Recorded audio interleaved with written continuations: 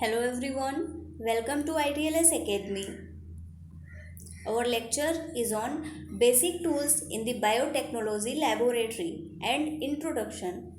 This is your mentor Rashmi Trivedi, your training coordinator. First, first of all, we will discuss spectrophotometry. Spectrophotometer measures the relative amounts of light energy passed through a substance that is absorbed or transmitted. We will use this instrument to determine how much light of a certain wavelength is absorbed by or transmitted through a solution.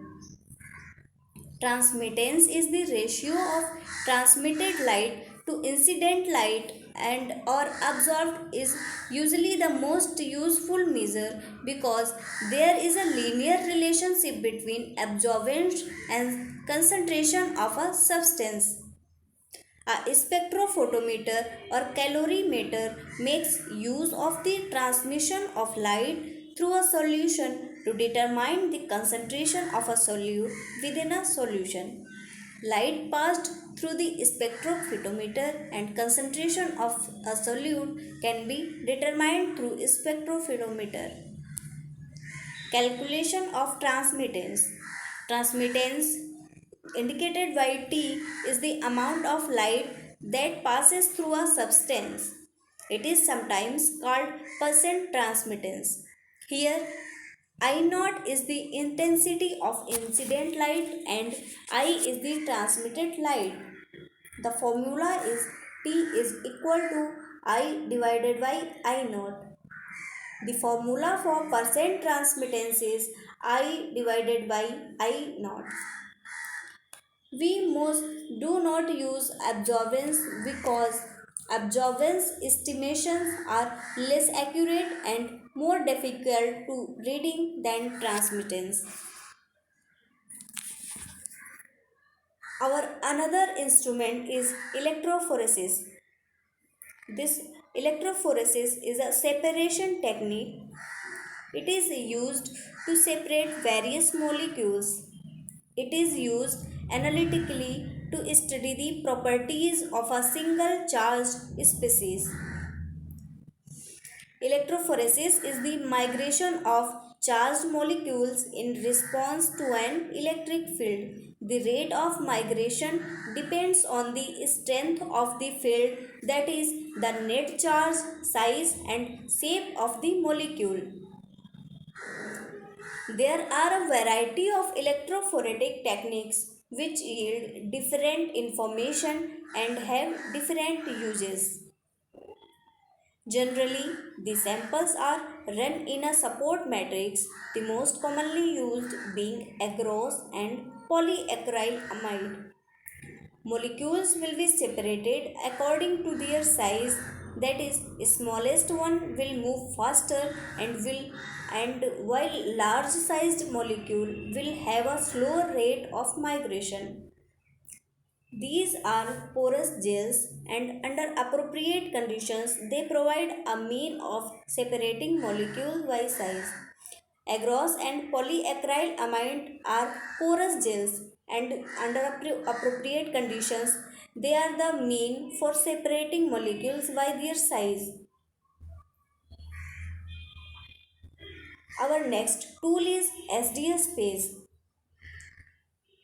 SDS phase is a technique of electrophoresis. Although it is an electrophoretic technique, still the process of separation of molecule is different. SDS phase separates proteins according to molecular weight. Here, lightest molecule will move faster.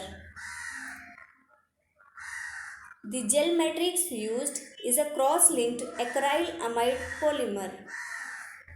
The dodecyl sulfate ions bind to the peptide backbone, both denaturing the protein and giving them a uniform negative charge. Dodecyl sulfate ions bind to protein and denature them into simplest form, giving them a net negative charge. Measurement of results. Results of SDS phase checked by measuring the length of the gel and distance traveled by each of the molecular weight standards. Measure the distance of each unknown band. If you have reduced and unreduced samples, compare the number of bands and molecular weight of each to determine the number of subunits. Results checked by variation found in bands of reduced or denatured and non-reduced, that is controlled, and determining the subunits. Next, our next instrument or our next tool is column chromatography. Column chromatography is one of the many forms of chromatography. Most forms of chromatography use a two-phase system to separate substances on the basis of some physical chemical properties. One phase is usually a stationary phase, the second phase is usually a mobile phase. The separation is based on how well the stationary phase retards the components versus how quickly the mobile phase moves them along the stationary phase. Stationary phase will be stable and mobile phase will be passed through the stationary phase. Stationary phase, most of the time it is solid, and most of the time we use silica beads as the stationary phase, while mobile phase is either liquid or in gaseous form most of the time. Our next technique is pH meter. Most biochemical experiments are done using buffered solutions since many reactions are very sensitive to the pH and some reactions use or produce hydrogen ions. A pH meter measures the voltage between electrodes placed in a solution. Buffer is a solution whose pH does not change very much when some or small amount of acid or base added. A reference electrode is connected to the measuring electrode to measure the pH. Our next technique is centrifugation.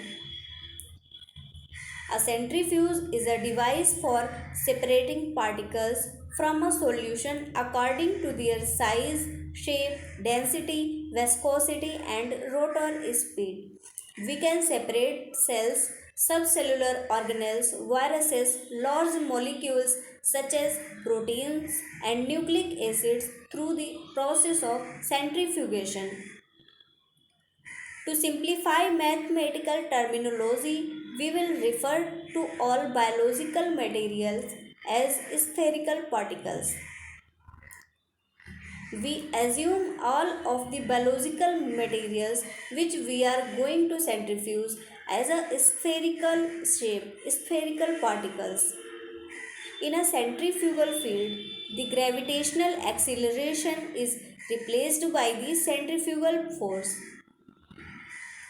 We don't consider gravitational acceleration in the centrifugation process. In the process of centrifugation, we will consider centrifugal force.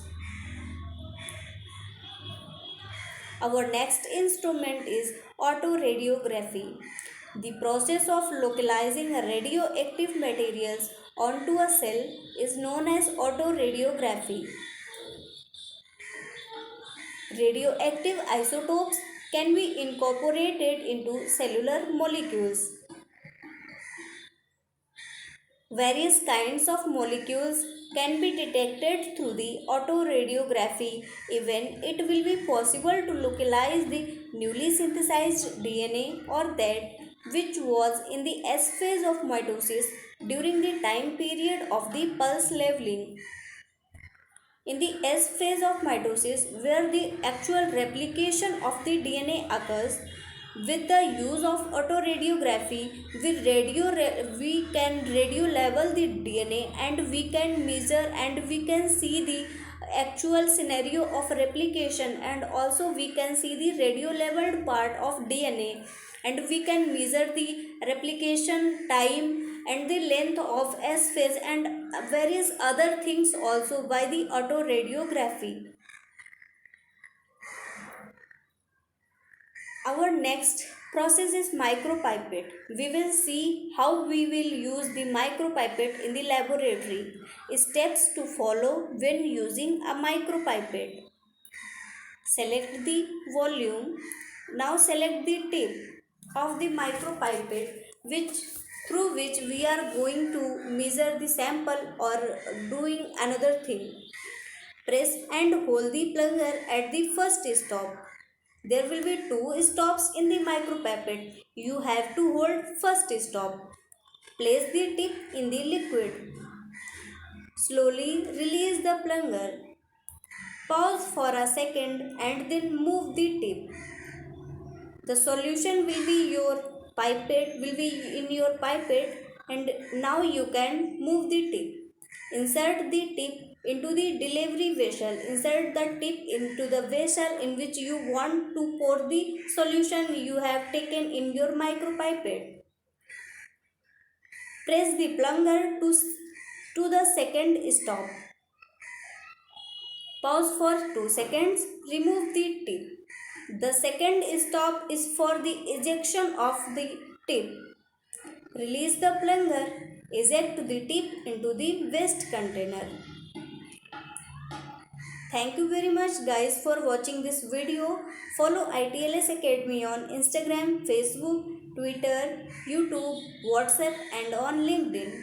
You can subscribe ITLS Academy on YouTube, and you can also get its app on Google Play. Thank you very much everyone. Keep connected for our upcoming lectures.